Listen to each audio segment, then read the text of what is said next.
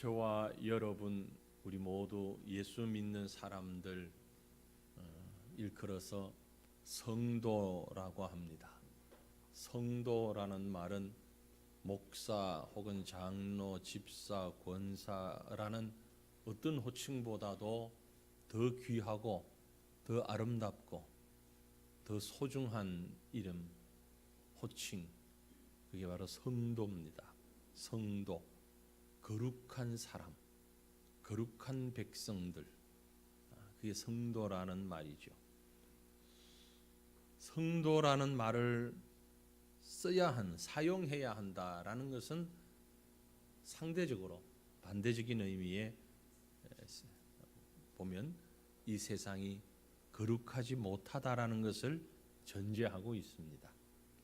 세상이 거룩하지 못하기 때문에 성도가 표가 나는 겁니다. 필요한 것이죠. 사실 온 세상이 다 거룩하면 성도라는 말이 필요가 없겠지요. 우리가 믿는다는 것은, 신앙생활을 한다는 것은 항상 이 갈등 속에 있습니다. 거룩하지 못한 수많은 사람들이 살고 있는 이 세상에서 거룩하게 살아야 하기 때문에 참 어려운 일입니다. 모두가 거룩하면 쉽습니다. 근데 세상은 거룩하지 못해요. 그런데 우리는 이 세상을 떠나서 살 수가 없습니다. 그게 문제라는 거죠. 그 갈등이라는 겁니다. 그것이 스트레스고, 그것이 긴장이고, 그것이 우리 속에서 늘 부딪히는 문제입니다. 이 거룩하지 못한 세상에서 거룩하게 살아야 되니까. 그래서 일찍이 사도 바울은 그 갈등과 고민을 그렇게 표현했습니다. 로마서 7장 22절로 24절에 보면, 내 속사람으로는 하나님의 법을 즐거워하되 내 지체 속에서 한 다른 법에 의해서 내 마음의 법과 싸워서 내 지체 속에 있는 죄의 법으로 나를 사로잡는도다.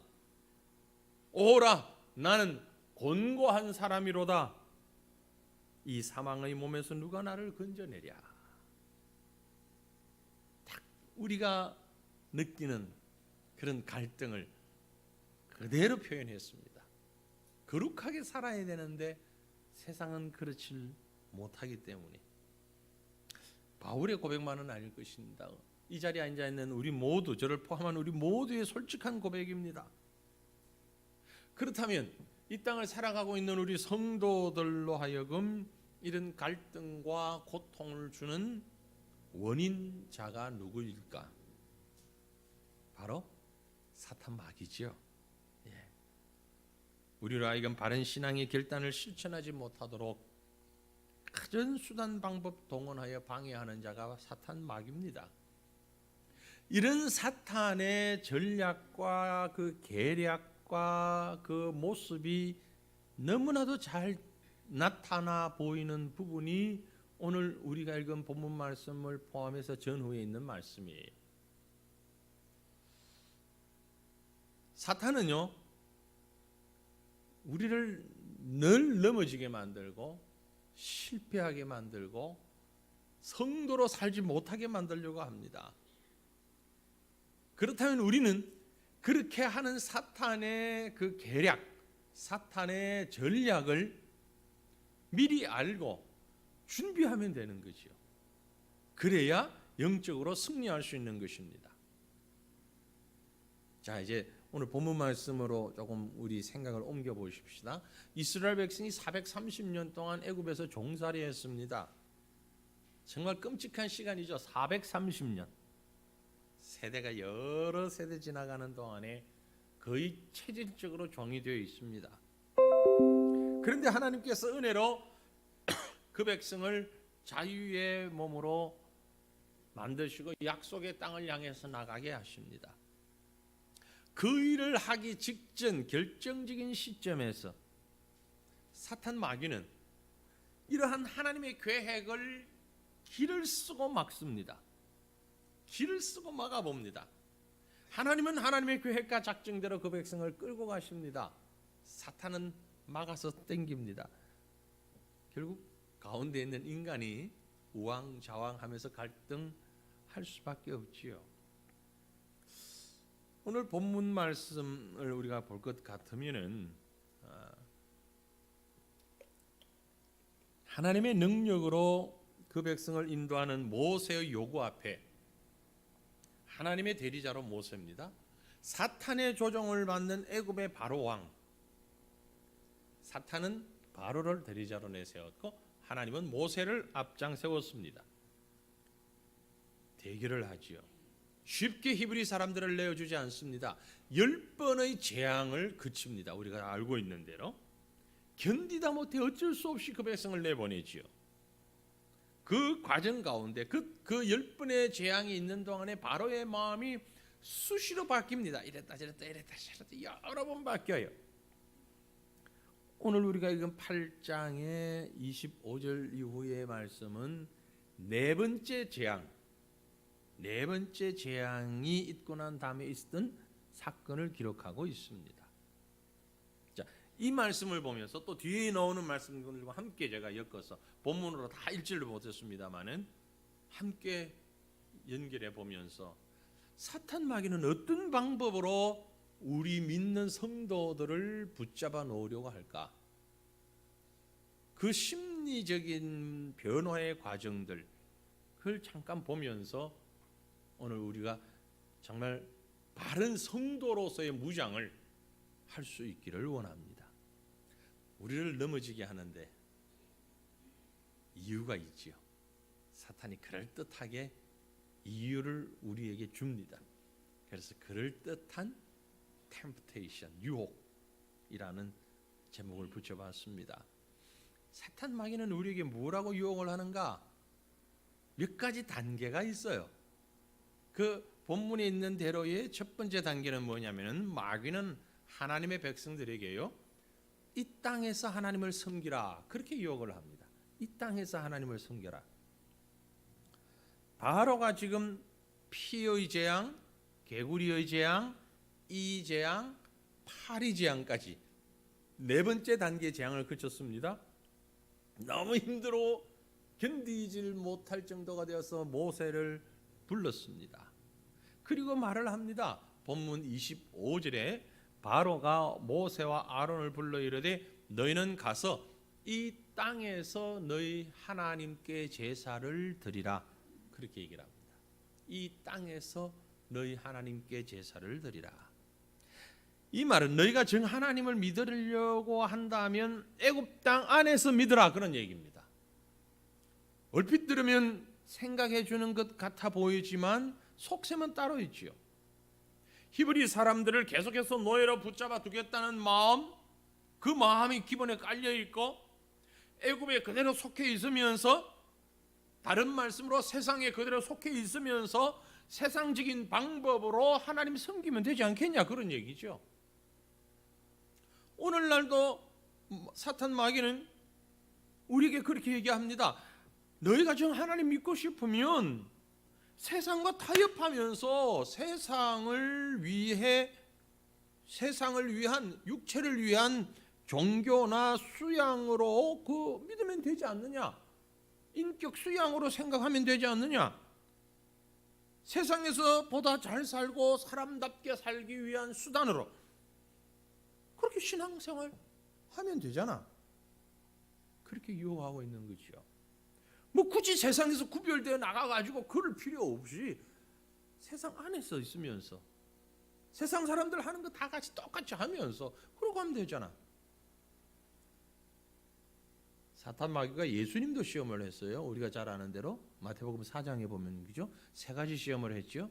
무슨 시험했습니까? 돌멩이를 가지고 떡이 되게 해서 먹어라. 그 다음에는요, 너가 정말 하나님의 아들이면 저 높은 꼭대기에 올라가서 한번 뛰어내려봐라.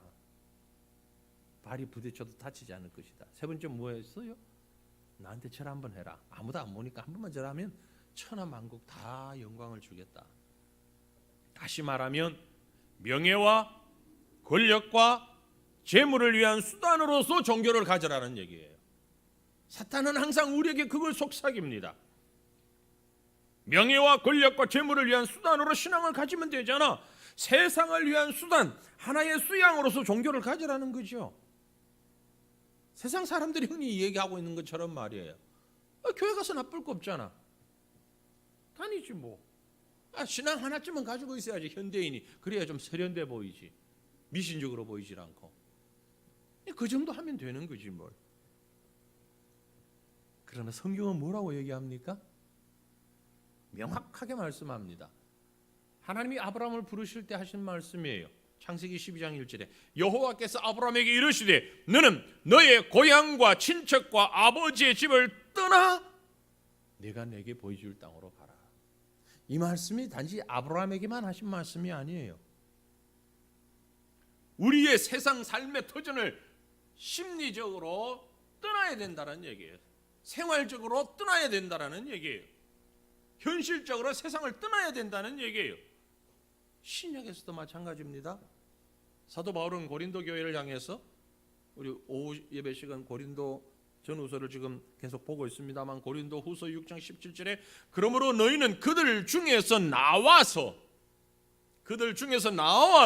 따로 있고 부정한 것을 만지지 말라. 내가 너희를 영접하여 너희에게 아버지가 되고 너희는 내게 자녀가 되리라 말씀하셨어요.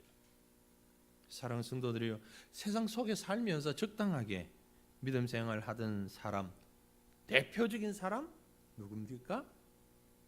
롯이죠. 어떻게 했습니까? 사위들은 소돔성에서 나오지도 못했고 아내는 뒤를 돌아보다가 소금 기둥이 되었고 그 두 딸과 함께 구출되었지만 부끄러운 일을 자행하였고 정말 세상 속에서 혼합되어 있으면서 적당히 믿음의 명목만 유지하고 있던 사람의 결과를 롯을 통해서 우리는 명확하게 볼 수 있는 것입니다. 이런 사탄의 계략에 속아 넘어가지 않기를 바랍니다. 세상적인 자리에서 떠날 수 있기를 바랍니다. 여러분, 신앙생활이 인격 수양, 세상 속에서 세상 사람들과 더불어 큰 갈등 없이 적당히 어우러져 살아가기 위한 수단이라는 생각 과감히 떠나시기를 바랍니다. 그게 바로 그런 생각을 하게 하는 것이 사탄의 유혹입니다. 저와 여러분은 세상 불신자들과 근본적으로 다른 하나님의 사람들이라는 사실을 믿으신다면 적어도 신앙생활에 있어서는 결코 타협하지 않는 진정한 믿음의 사람들로 세상적인 가치관, 세상의 윤리적 기준, 세상에서의 방법 과감하게 구별되는 믿음의 용기를 가지고 세상과 구별되는 성도의 삶을 살 수 있기를 축원합니다. 그런데 그 다음 단계 마귀가 또 유혹을 합니다. 뭐라고요? 너무 멀리는 가지 마라. 이 땅에서 하나님을 섬기라. 안 되겠습니다. 그렇게는 못해. 그랬더니 그러면 너무 멀리 가지 마라. 가는 건 좋은데 너무 멀리 가지 마라. 모세가 바로에게 사흘 길쯤 가서 하나님 섬기겠다고 얘기를 했지요. 그러니 바로가 절충안을 내놓았습니다. 본문 28절이죠. 바로가 이르되 내가 너희를 보내리니 그래 가 보내줄게. 그러나 너희가 너희의 하나님 여호와께 광야에서 제사를 드릴 것이나 너무 멀리 가지는 말라. 그리고 나를 위하여 간구하라. 아주 정치적인 냄새가 물씬 납니다. 여러분 정치인들 안 계시죠? 하지 마세요. 그걸 하는 사람은 따로 있습니다. 그 하는 사람들이 따로 있지 아무나 하는 거 아니니까. 지금 바로는 이 정치적인 딱 그 얘기를 하잖아요. 가는데 너무 멀리 가지 말고 광야에서 멀리 가지 말고 나를 위해서 기도하기도 하고 아주 친숙한 듯이 그렇게 유혹을 합니다. 이 말은 무슨 말이에요? 군인들에게 이수지역이라는 게 있지요. 휴식을 취하더라도 일정한 지역을 벗어나지를 마라. 왜? 만약의 경우에 연락이 오면 바로 달려올 수 있는 그 영역 안에 있어야 된다. 그런 얘기죠. 바로가 지켜볼 수 있는 곳에서, 사탄이 지켜볼 수 있는 곳에서 적당히 믿으라는 얘기입니다. 매우 합리적인 것처럼 보여집니다. 그렇죠? 세상 사람들이 볼 때, 아니 우리 믿는 사람들이 볼 때도 상당히 합리적인 것처럼 보입니다. 그러나 이 말 안에는 무서운 사탄의 전략이 숨어 있어요. 하나님의 백성들을 계속해서 사탄의 영향력 안에 두겠다는 의도가 있는 겁니다.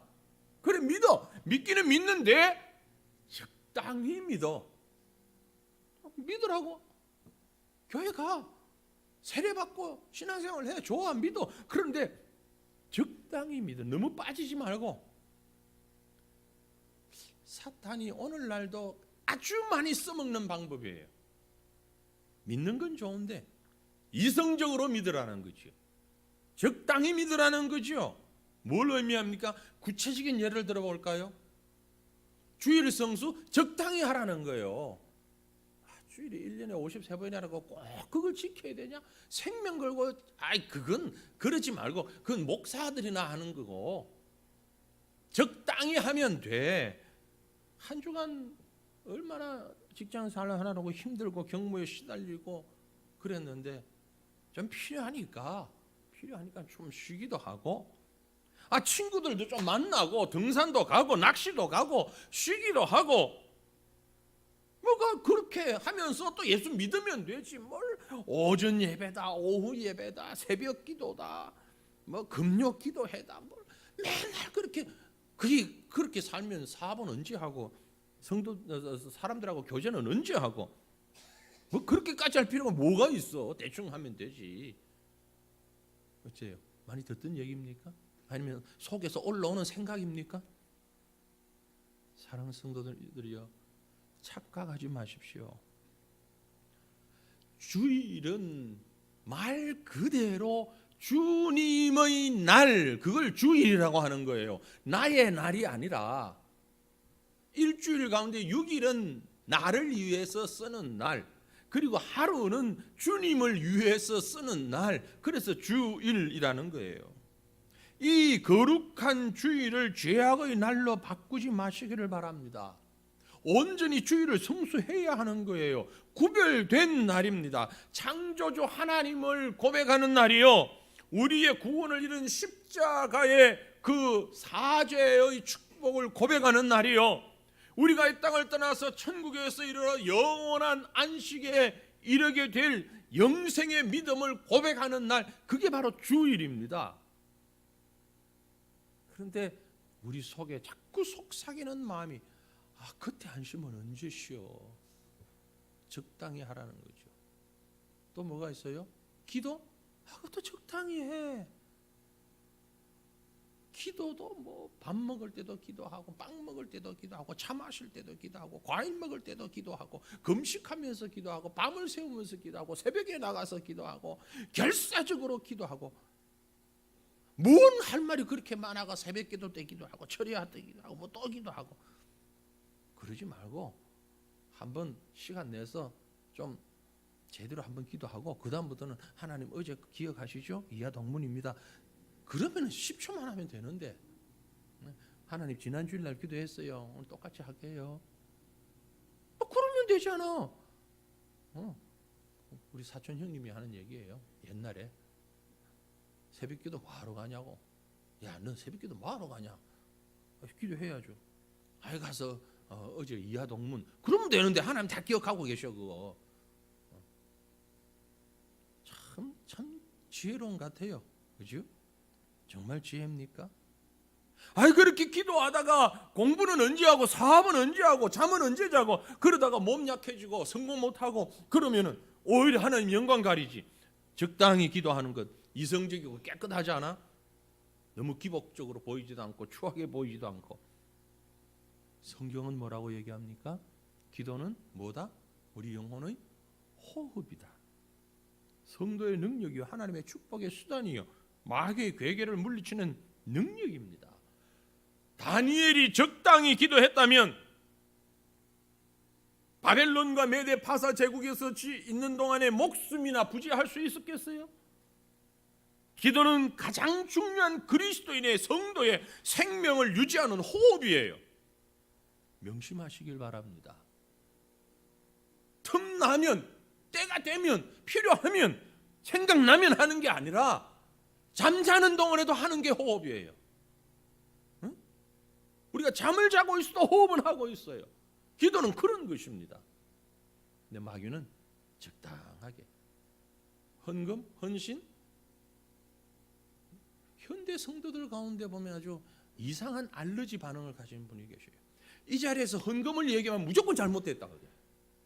강대상에서는 헌금 얘기하는 거 아니라고. 그럼 성경에서도 헌금 얘기 안 하나요? 성경에 헌금 얘기 합니까 안 합니까? 하고 있죠. 강대상에서는 뭘 얘기해야 돼요? 성경이 얘기하고 있는 건 말해야죠. 그런데 왜 그건 빼야 됩니까? 에이, 그래도 교인들이 그걸 들으면 부담을 느끼는데, 부담 느끼는 말씀 다 빼버릴까요? 그럼 여러분이 부담이 될 만한 말씀 다 빼면 주일날 설교 뭐 할 수 있죠? 똑같은 말만 하면 돼요. 축복 받으십시오. 잘 될 겁니다. 건강하십시오. 예, 복 받으십시오. 그럼 돼. 아무 부담 없어. 적당히 하십시오. 이 알러지 반응. 그래서 어떤 목사님들이 그럽니다. 지금 목사들이 설교하는 사람들이 직무유기하고 있다고. 왜 제대로 안 가르치냐고. 왜 11조에 대해서 얘기하지 않고 헌금에 대해서 얘기 안 하냐. 안 하니까 성도들이 모르지. 에이, 그건 뭐라는 말하면은요, 성도들 싫어해요. 싫어한다고 말 안 할 거냐? 어떻게 생각하세요? 그럼 교인들 다 떠나가 버려요. 지금 사탄이 노리는 게 그거예요. 적당히 하라는 거예요. 적당히. 헌금 얘기도 웬만하면 하지 말고, 헌신하라, 충성하라, 그런 거 하지 말고 적당하게 마귀의 바운더리 안에서 멀리 가지 마라. 세상에서 그것들이 있어요. 여러분, 성경은 뭐라고 얘기합니까? 내가 가진 모든 물질은 누가 주신 것이라고요? 하나님이 주신 것이라고요. 하나님이 주신 것. 내가 땀 흘려 내가 수고하고 내가 노력해서 번 것 아니요. 하나님이 그렇게 할 수 있도록 나에게 은혜 베풀어 주셔서 나에게 위탁해 놓으신 것이라고요. 내게 아니고 위탁해 놓으신, 맡겨 놓으신 것이란 말이에요. 그건 하나님이 내게 맡겨 놓으셨으니까 내 마음대로 사용할 권리는 나에게는 없어요. 하나님의 방법대로 하나님이 기뻐하시는 대로 사용해야 한다라는 겁니다. 여러분이 마음에 거북하셔도 할 수 없어요. 성경이 그걸 말씀하고 있어요. 한 가지만 더 예를 들어볼까요? 성령 충만, 전도. 그런 거 하지 말고 적당히 하자. 너무 그런 거 하면 광신자처럼 보이잖아. 전철역 앞에 나가가지고 전도지 나눠주고, 그 뭐 하는 거냐? 전도지 나눠주는데 옆에서 보니까 헬스장 티켓도 나눠주고 술집 명함도 나눠주고 하는데 그거 같이 써가지고 전도지 나눠주고 있으면 그 격떨어지게 그게 뭐 하는 거야? 예수 천당 불신 지옥, 그 말을 듣고 누가 예수 믿을 거라고 요즘도 그딴 거 하고, 그거 오히려 하나님께 영광하려는 거지. 하여튼 잘도 갖다 붙여요. 그럴 때는 판단도 잘해요. 여러분, 그게 광신자입니까? 아니에요. 아니에요. 할 수 있는 걸 하는 겁니다. 때를 얻든지 못 얻든지 복음 증거하라 그랬으니 그 사람은 그 방법대로 다른 방법 하는 것보다 그게 가장 손쉽게 할 수 있으니까 그 방법 하는 거예요. 내가 안 한다고 해서 그 사람을 무시하지는 마십시다. 내가 서울역 앞 광장에 서서 예수 천당 불신 지옥 외치지 않는다고 그렇게 외치는 사람을 정죄하지 마십시다. 왜 정죄하십니까? 물론 방법이 다를 수는 있어요. 다른 방법을 할 수 있어요. 그럼 여러분 다른 방법을 하고 계십니까? 자기는 다른 방법은 하지도 않으면서 그 방법 하는 사람 보고 손가락질 한다는 건 마귀가 주는 마음이에요. 성경은 뭐라고 얘기하죠? 요한계시록 3장 15절에 내가 네 행위를 아노니 내가 차지도 아니하고 뜨겁지도 아니하도다. 네가 차든지 뜨겁든지 하기를 원하노라. 어느 교회를 향해서? 라오디게아 교회를 향해서. 라오디게아 교회가 그렇게 적당히 살아가는 사람들이 많은 교회였단 말이에요. 라오디게아 교회가 있던 곳 터키의 에스키 히살이라는 곳 폐허가 되어버렸습니다. 폐허가. 적당주의 신앙에서 돌아설 수 있기를 바랍니다. 사탄 마귀가 그걸 넘어서는 사람들에게 그 다음 단계의 시험이 또 있어요. 마귀는 백성들에게 뭐라고 얘기하라는 거니까, 아닙니다, 우리가 가야 되겠다. 그러니까 모세의 말에 바로가 뭐라고 대응합니까? 그러면 장정들만 가서 섬기라. 장정들만 가라. 오늘 말씀을 다 읽진 않았는데요, 조금 뒤로 가서 10장입니다. 출애굽기 10장 11절 보면 모세가 바로에게요, 남녀노소 우양 다 데리고 가겠다 그랬더니 약간 후퇴를 하지만 또 다른 절충안을 내놓습니다. 그렇게 하지 말고 너희 장정만 가서 여호와를 섬기라. 이것이 너희가 구하는 바니라. 이에 그들이 바로 앞에서 쫓겨났어요. 정 가고 싶으면 처자, 부인들과 아이들은 다 두고 장정 남자들만, 남자 어른 남자들만 가서 그래 하고 싶은 대로 다 하고 오든지 말든지 해. 올까요 안 올까요?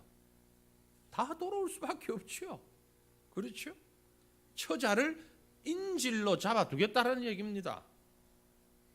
그럼 분명히 올 것이라는 계산 때문이죠. 우선은 신앙인이 자윤이 그러면서 박차고 나간다 할지라도 시간 지나면 외롭고 불편하고 힘들고 후회되고 그러니까 결국 돌아오게 될 거라는 계산을 마귀는 벌써 하고 있는 거예요.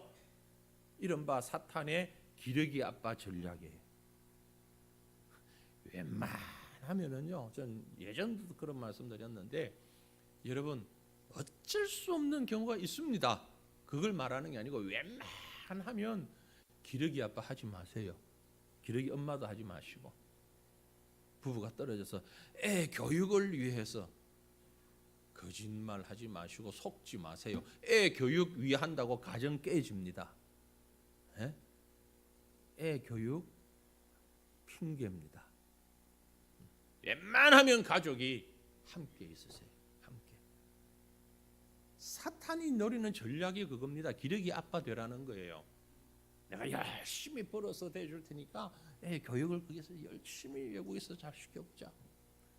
그건요 한마디로 가족의 단절입니다. 단절 전략이에요. 가족을 떼어놓겠다는 겁니다. 짧은 시간이라면 나름대로 견딜 수 있어요. 그리고 효과적일 수도 있어요. 그러나 그 시간이 길어지면 길어질수록 여러 가지로 어려움이 복합적으로 일어나게 되고 결국은 심각한 상황에 이르게 된다는 것을 우리는 주변에서 직간접적으로 수없이 듣고 보고 있습니다. 그러면서 하는 말이 나는 괜찮을 거야. 다른 사람은 그래도 우리는 괜찮을 거야. 제가 지금 어쩔 수 없이 일 때문에 외국에서 일을 해야 하는 분들까지 하지 말라는 얘기 아닙니다. 오해하지 마십시오. 직장생활 그렇게 하지 말라 그런 뜻 아니에요. 어쩔 수 없이 직장 때문에 또 환경 때문에 그런 분들 계십니다. 그러면 최대한 노력해서 애를 써서 함께하는 시간을 많이 만드시고 그리고 그런 시간 그렇게 떨어져 있는 시간을 길게 하지는 마십시오. 계획성을 가지고 요즘은 얼마나 좋습니까? 인터넷 있으니까 떨어져 있으면서도 계속 소식을 나누고 얼굴을 보고 마음을 나누고 호흡을 나누는 것처럼 애쓰고 갑절로 노력하셔야 됩니다. 그러지 않으면 사탄의 전략에 이런 게 있어요. 그래서 그 전략에 그만 말려 들어갈 수밖에 없는 거예요. 성도가 신앙생활 하는 중에 받는 가장 부드러우면서도 위험한 유혹이 단절의 유혹입니다. 내버려 두자는 거죠. 이게 오늘날 사람들의 가치관, 정신 세계와 너무 찰떡궁합같이 어우러져 가지고 현대인들이 가장 많이 하는 말, 마음에서부터 많이 하는 말, 입으로는 안 하지만 마음에서부터 가장 많이 하는 말이 뭐예요? 너나 잘하세요. 상관없다는 얘기예요. 넌 너고 난 나 혼자 하세요. 네 잘 하세요. 그렇게 하세요. 단절입니다. 예수 믿든 말든 교회를 가든 말든 단절입니다. 철저히 주변과 단절하는 거예요. 나 혼자예요. 나 혼자. 여러분 그런 식당 가보셨어요? 혼밥족들을 위한 식당. 식당이 무슨 옛날에 여기 있는 분들 그 기억하십니까? 혹시 저는 그런 곳에서 생활을 했는데 독서실이라고 공부 많이 안 하셨나?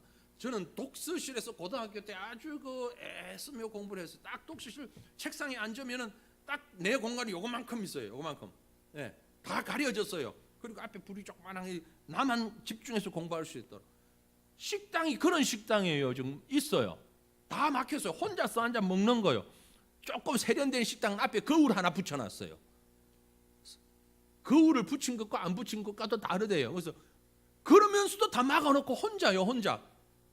세상이 지금 자꾸 이렇게 외톨이를 만듭니다. 단절을 시킵니다. 너 혼자 잘하라는 거요. 종교도 자유니까 믿으려면 너는 믿어라. 엄마, 아빠, 신앙의 자유가 있어. 나보고 교회 가라고 그러지 마. 예수 믿으라고 그러지 마. 내가 뭘 믿다 내가 알아서 할 거야. 우리 집에 와서 들었어요? 지금 막 그런 생각 드시죠? 요즘 젊은이들 다 그래요. 네. 그러니까 부모는 이제 겁이 나가지고 그래 네가 알아서 해라. 꼭 뭐 내가 나가는 교회 나간다 소리 안 한다. 친구가 나가는 교회라도 가라. 가까이 있는 교회라도 가라. 양보하는 거예요. 그게 사탄의 전략의 단계 속에 지금 들어가 있는 거예요. 타협하는 거예요. 위협하는 거예요.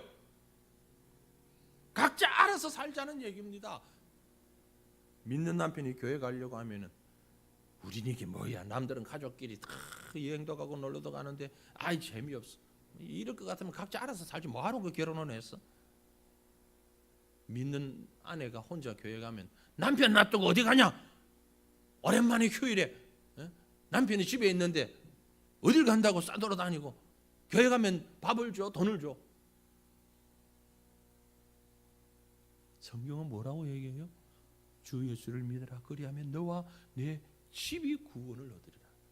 하나가 되었다. 하나가 되어야 한다는 거죠. 사탄의 전략은요, 구별주의입니다. 단절주의입니다. 신앙과 생활을 철저히 구별해야 한다고 생각하고 믿음과 생활을 분리해야 한다고 생각하고 교회와 가정은 분리되어야 된다고 생각하고 기도와 행위도 분리되어야 한다고 생각하고 설교를 듣는 것과 생활하는 것은 다르다고 생각을 하게 하는 것.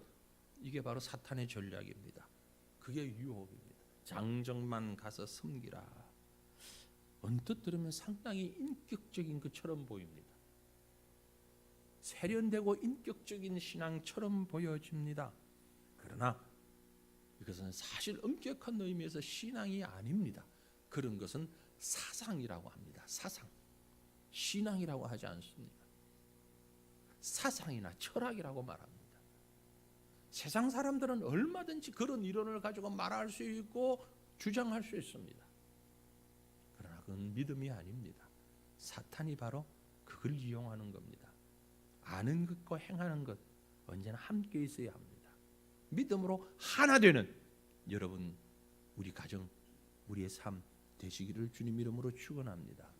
마지막 한 가지 사탄의 또 다음 단계가 있습니다. 뭡니까? 다 가는데 양과 소는 남겨두라. 다 가. 몇 가지 재앙을 이제 더 당하다가 바로가 지쳤어요. 3일 동안 흑암이 계속되는 그런 재앙을 당하니까 이제 바로가 마치 최후의 통보를 한 것처럼 모세를 불러서 나 여기까지 양보한 더는 안 돼. 여기까지 양보할게. 그러는 마음으로 출애굽기 10장 24절에 바로가 모세를 불러서 이르되 너희는 가서 여호와를 섬기며 너희의 양과 소는 머물러 두고 너희 어린 것들은 너희와 함께 가라. 상당히 양보한 것 같아요. 앞에서 나온 것들과 비교해 보면 다 가라는, 다 너희 어린 것들은, 이 말은 여인도 포함해서 모든 다 가. 그런데 뭐만 남겨놔? 재산만 남겨놔라. 우양, 소와 양은 남겨놔라. 재산은 남겨놓고 떠나라. 사람이 이 땅에서 살아가는 동안에 제일 필요하다고 느껴지는 것, 그건 뭡니까? 물질이죠. 밥은 먹어야죠. 잠은 자야죠. 그 시대나 지금이라도 집을 떠나서 물질을 다 두고 떠나면 얼마나 버틸 수가 있겠습니까? 사탄은 그걸 계산하고 있는 겁니다. 성경은 뭐라고 해요? 내 보물이 있는 곳에 내 마음이 있다고 그랬잖아요. 결국 사탄의 유혹은 몸은 가되 마음은 가지 말라는 거예요. 몸은 가되 마음은 가지 마. 그 속셈은 지금은 일시적으로 가지만 다시 돌아오게 될 거야. 그러기 위해서는 여기 뭔가를 남겨놓아야 돼. 흔히 뭐 드라마나 영화 같은 데서 서로 사랑하지도 않는 남녀가 부모의 어떤 정략적인 사업적인 비즈니스 관계 때문에 결혼을 해가지고 행복하지 못하고 몸은 부부로 있는데 그 마음은 딴 데 있어서 티격태격하다가 결국은 파경에 이르게 된다, 이런 스토리들이 있잖아요. 사탄이 바로 우리 신앙생활을 그렇게 시키고 싶은 거예요. 가족관계, 체면, 사업적인 혹은 다른 어떤 목적 가지고 신앙을 가지고 있고 신앙생활을 하긴 하는데 마음만은 주지 마. 빠지지는 마. 그래, 좋아, 주일마다 예배 가고 기도해도 가고 뭐 교제도 하고 구역예배도 모이고 뭐도 다 하는데 마음은 두지 말고, 거기에, 그 말이에요. 이게 사탄의 유혹입니다. 여러분, 여기서 한 가지 분명히 우리가 정리해야 할 것이 있습니다. 몸도 마음도 물질도 전부 하나님께 돌이키지 아니하면 그 신앙은 제대로 된 신앙으로 성장할 수도 없고 세상 유혹에 전전긍긍하다가 마지막에는 결국 신앙까지도 잃어버리고 결국 파멸하고 만나는 사실입니다. 제 말이 아닙니다. 성경이 말씀하고 있습니다. 마태복음 6장 24절 우리 같이 읽겠습니다. 한 사람이 두 주인을 섬기지 못할 것이니 혹 이를 미워하고 저를 사랑하거나 혹 이를 중히 여기고 저를 경히 여김이라. 너희가 하나님과 재물을 겸하여 섬기지 못하느니라. 아니, 난 할 수 있어. 성경을 이길 수 없습니다. 겸하여 섬길 수 없느니라. 진정한 신앙은 내게 있는 모든 것을 다하여 하나님을 섬기고 온전히 하나님께 맡기는 그것입니다. 사랑하는 성도들이여, 마귀는 이 순간도 모든 수단을 다 동원하여 세상을 위해 세상과 타협하며 자신을 수양하는 도구로만 신앙을 가지도록 그럴듯하게 우리를 유혹하고 있습니다. 적당히 주일 지키고 적당히 기도하고 적당히 헌신도 하고 세상에서 소중한 건 다 세상에 남겨놓고 적당히 믿음 유지하는 것으로 만족하지 않기를 바랍니다. 모세와 히브리 백성들이 모든 것을 단호히 물리치고 애굽을 떠나 홍해를 건너갔듯이 우리도 온전한 신앙으로 하나님께 나아갈 수 있기를 바랍니다. 만군의 여호와 우리 하나님께서 우리를 인도하시고 함께하시고 보호하시고 영생으로 축복해 주실 것을 확실히 믿고 분명한 신앙의 길로 나아가는 저와 여러분 되시기를 주님 이름으로 축원합니다. 우리 같이 기도하십시다. 한 마음으로 우리 말씀을 생각하시면서 하나님, 나의 연약한 신앙이, 타협적인 신앙이 하나님 앞에서 걸림이 되지 않게 하소서. 왜 내 신앙이 성장하지 않고 왜 내 마음에 갈등이 계속되어지는지를, 그 원인을 우리가 발견할 수 있게 하옵소서. 간절한 마음으로 통성으로 먼저 기도하십시다. 살아계신 하나님,